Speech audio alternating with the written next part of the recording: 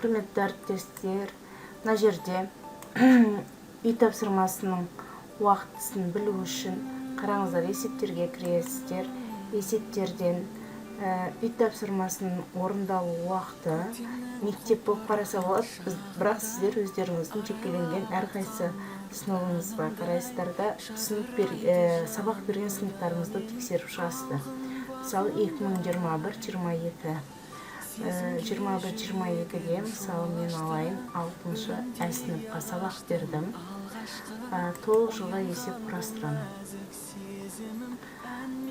Енді асып тұрған жоқ. Мына жерде қазақ тілі әдебиеті 15 минуттан асып тұрған жоқ.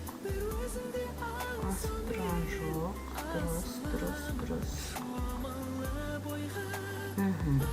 Мына жерде асып тұр.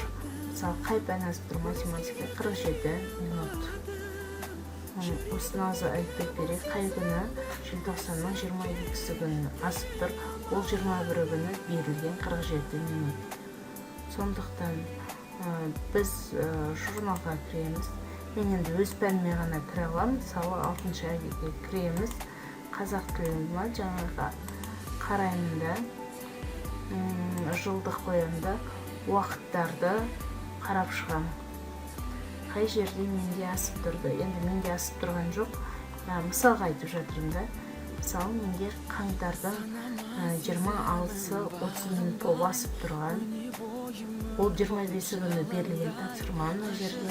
Соны мына жерге кіріп жөнді саласыздар. Тағы да есепті құрастырайын. Мысалы, 4-ші Е сыныбы. 9 жылға құрастырайын. Қараңыздар, 70 минуттан берілген. Осы 70 минутты 15 минутқа, 10 минутқа ауыстыру керек. Бәрі нормадан асып тұрған. 70 минут жасамайды оқушылар үй тапсырмасының нормасына сай келмейді. Мына жерде уақыт қойылмаған.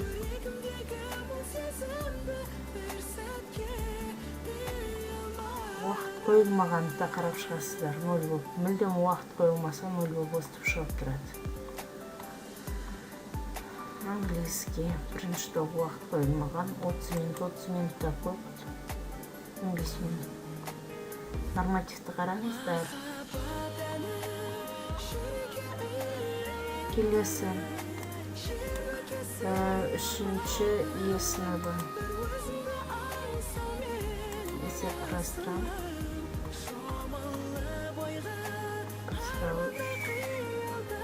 72 минут. Қазақ тілі 30 минут берілген. 30 минутты жөндеу керек.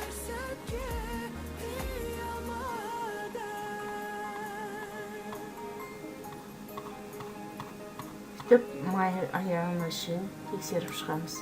Өзіміз сабақ берген пәндерді. 5-ші.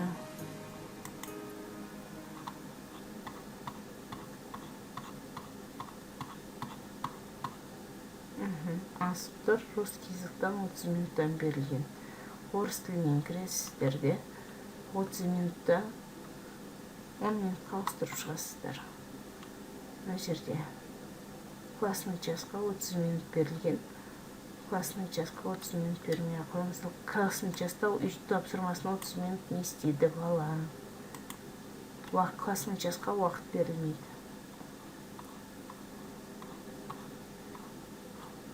Мына жерде асып тұр. Мына 20 минут математика. Сөйтіп әр жылды тексеріп шығасыздар. Рахмет.